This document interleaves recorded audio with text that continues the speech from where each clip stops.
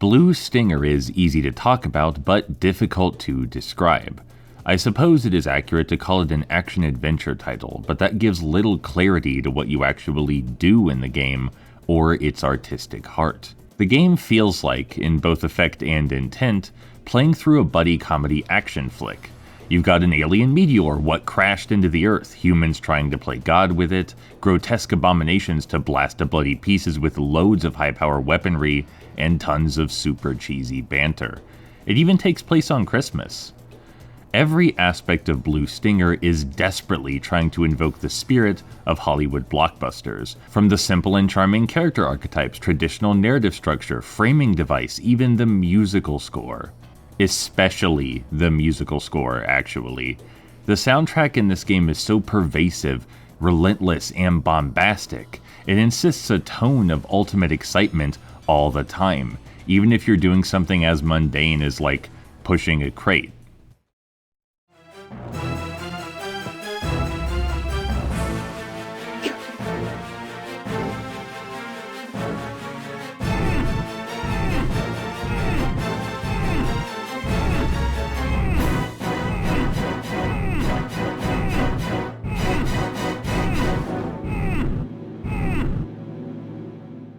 This overindulgent hyper-focus on capturing the essence of American media is both totally tone-deaf and shockingly effective. The game sold really well here in the US, and it's easy to see why. The two lead characters are horny, snarky, and very well cast. There's no shortage of big explosive guns to slaughter bosses with, and you can sumo slap twisted man-made abominations while dressed as Santa Claus. Blue Stinger might feel like a mockery of our culture if it weren't so unbelievably earnest about it all. Thankfully, Blue Stinger is as charming to play as it is to behold. Fitting with their personalities, you have good reason to favor Elliot, the horny agile rescuer, or Dogs, the beefy grumbly sailor, at different times during play. Both of them have different health capacities, different speeds, and different weapon types. If you want to use the shotgun, switch over to Elliot for some hit-and-run action. If you want to plant your feet into an enemy, use Dog's wrestling gear to dropkick your foes into oblivion.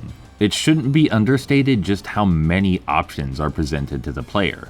You can karate kick enemies for some more vertical melee, plink at them from long range with a handgun, wildly spray Gatling gun ammo at everything around you, lure them into the loving, fiery embrace of your napalm launcher. All of these methods of assault control quite differently, and are useful in wildly different circumstances. They all cost money too, which encourages the player to form preferences and manage their resources carefully. In spite of how relatively linear this experience is, player agency plays a huge role. This is absolutely a game which will feel completely different to everyone who experiences it, simply through the sheer variety in options. The level design is no slouch either, and may be my favorite part aside from the goofy tone. Basically, the game largely consists of themed dungeons. There's a Metroidvania supermarket where you navigate a massive maze under a time limit, trying to locate all 4 special stamps to open the boss door. There's a massive freezer where your health will slowly drain if you dawdle, and you gotta find a way to lower the temperature ASAP, sprinting between multiple computer rooms and safe areas to ensure you survive. There are traditional secret areas too, with tons of extra goodies like ammo and, free guns. Everything in this game just sounds like excited preteen and early teen school kids rattling off a list of fake features for this totally real, super extra mature game that reminds them of their favorite film. Except this one is real, and you can experience it on your Sega Dreamcast whenever you like.